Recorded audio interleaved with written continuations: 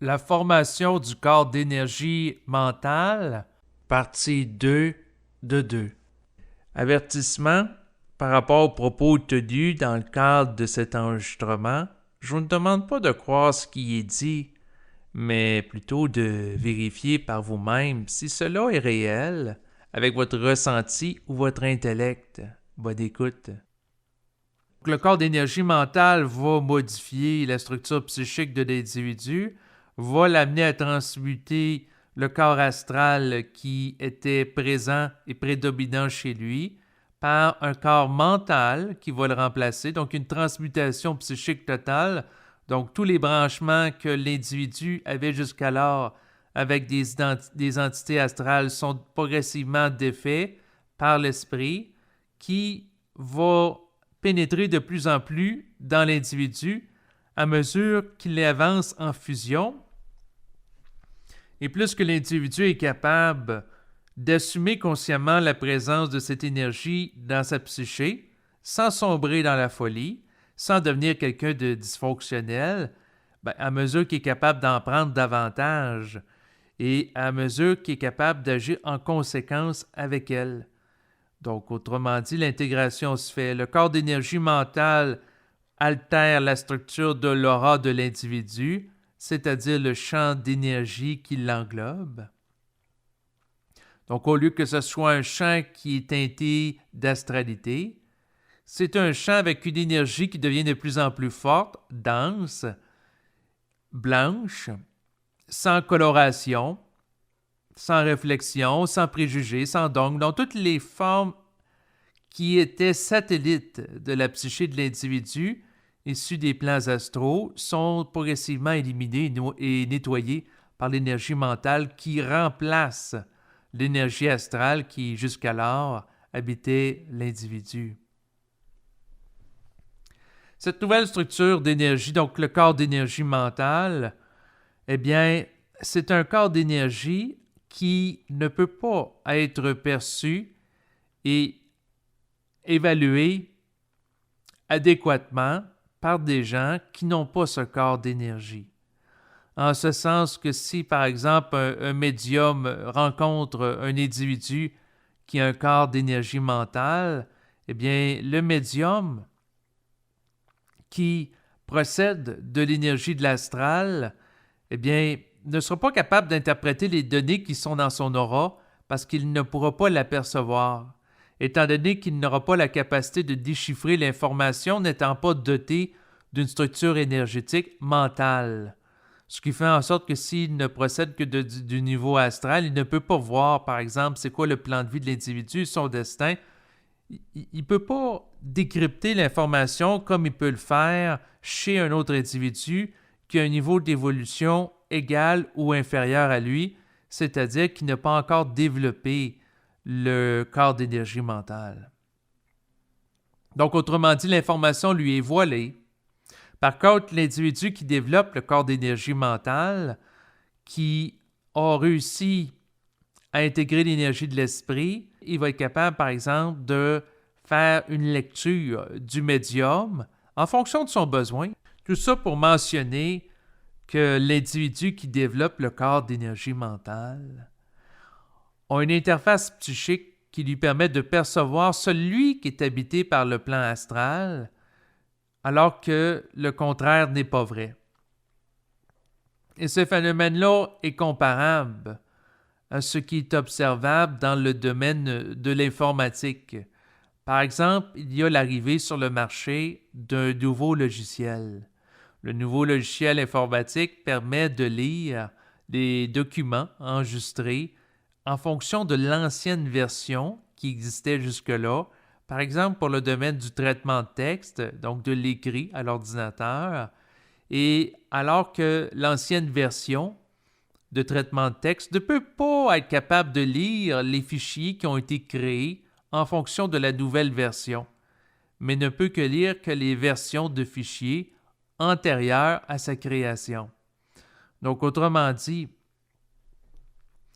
celui qui fonctionne sur le plan astral, tôt ou tard, va être plafonné et va être limité dans son développement à la différence de celui qui accède au plan mental, qui aura éventuellement la capacité de comprendre, celui qui évolue sur le plan astral et qui évolue aussi sur le plan mental, alors que l'inverse n'est pas vrai. C'est ce qui fait que l'individu qui développe le corps d'énergie mentale est capable de comprendre celui qui ne l'a pas et est capable de faire preuve aussi d'une forme d'indulgence face à la situation en devant accepter le fait qu'il comprend des choses que certaines personnes ne comprennent pas et qui ne sont pas équipées psychiquement pour comprendre et doit être en mesure de respecter le rythme de développement de l'autre personne pour ne pas lui imposer ou présenter des choses d'une manière prématurée qui pourrait bouleverser inutilement son développement psychique. La personne qui développe le corps d'énergie mentale et par rapport au processus, ça doit être détaillé ici. C'est que l'énergie circule à travers l'individu comme un canal et l'individu est comparable à un ballon, ce qu'on appelle en québécois une balloune. Donc, un élément qui est en caoutchouc, qui peut se gonfler.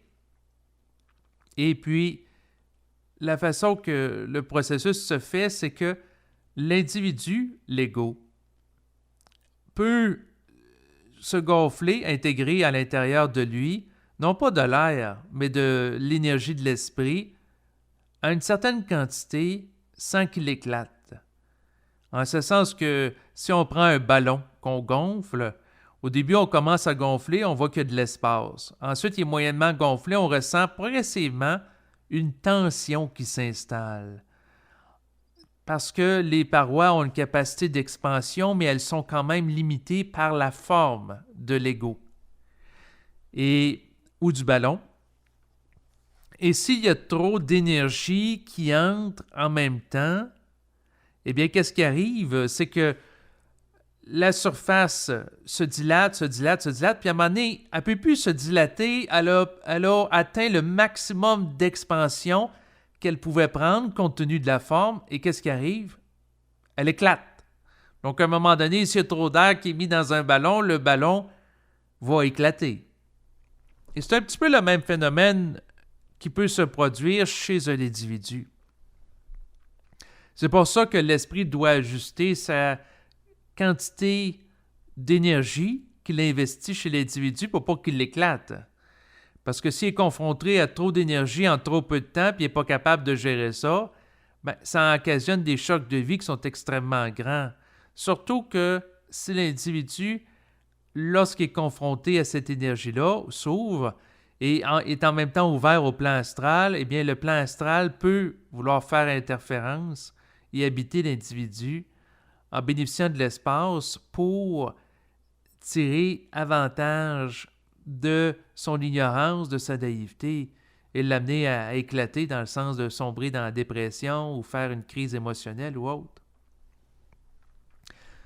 Normalement, lorsque le processus est géré intelligemment par l'esprit, eh bien, l'esprit amène de l'information en fonction de la capacité de l'individu à la contenir. Donc, à prendre le maximum d'expansion, donc de supporter le maximum de tension psychique, parce qu'il ne faut pas se cacher que la présence de l'énergie de l'esprit crée une tension entre lui et l'ego, parce que ça amène l'individu à se détacher des processus égoïques à partir duquel il fonctionnait jusqu'alors.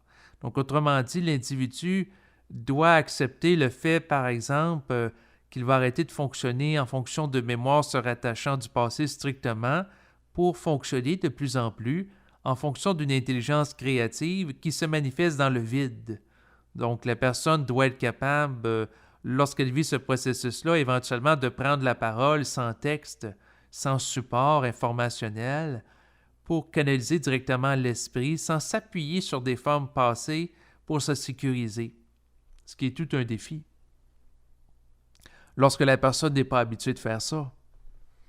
Donc, l'esprit amène une modification comportementale en relation avec l'intégration de son énergie.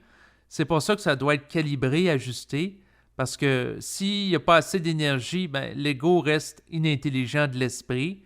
Il ne bénéficie pas de son intelligence créative, de sa créativité. Et si au contraire, il y a trop d'énergie qui est présentée en peu de temps, bien, l'individu va vivre une fatigue psychique liée à l'intégration de l'énergie nouvelle qui amène un délogement des mémoires anciennes qui faisaient obstruction à son évolution, qui amène l'individu à délaisser aussi de l'énergie astrale. Quoique pendant le processus d'ouverture psychique, il peut se glisser des entités astrales et des interférences qui peuvent profiter de la porte ouverte qui se fait lorsque l'individu s'ouvre à l'invisible et qu'un canal s'établit entre lui et l'invisible. Donc, il y a des interférences qui peuvent se présenter, comme il pouvait en avoir déjà d'ailleurs là, dans le passé. Ce n'est pas nécessairement nouveau, mais l'ouverture qui se fait dans sa psyché est propice à un contact avec une multitude d'entités.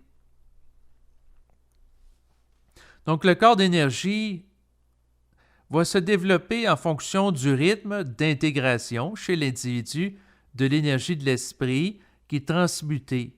Donc, autrement dit, l'énergie qui provient à l'état pur de l'esprit passe à travers l'âme et devient une énergie unifiée entre les deux qui amène un investissement de plus en plus grand dans la psyché de l'individu de cette nouvelle conscience qui fait en sorte que progressivement le taux vibratoire de l'esprit, qui était très distinct de celui de l'âme, devient de plus en plus proche de celui de l'âme qui se voit rehaussé de cette situation de fusion, alors que l'individu connaît la descente de l'esprit en lui et l'âme s'élève. Donc, vous voyez que les deux éléments se rejoignent pour éventuellement qu'il y ait un seul taux vibratoire unitaire entre les deux.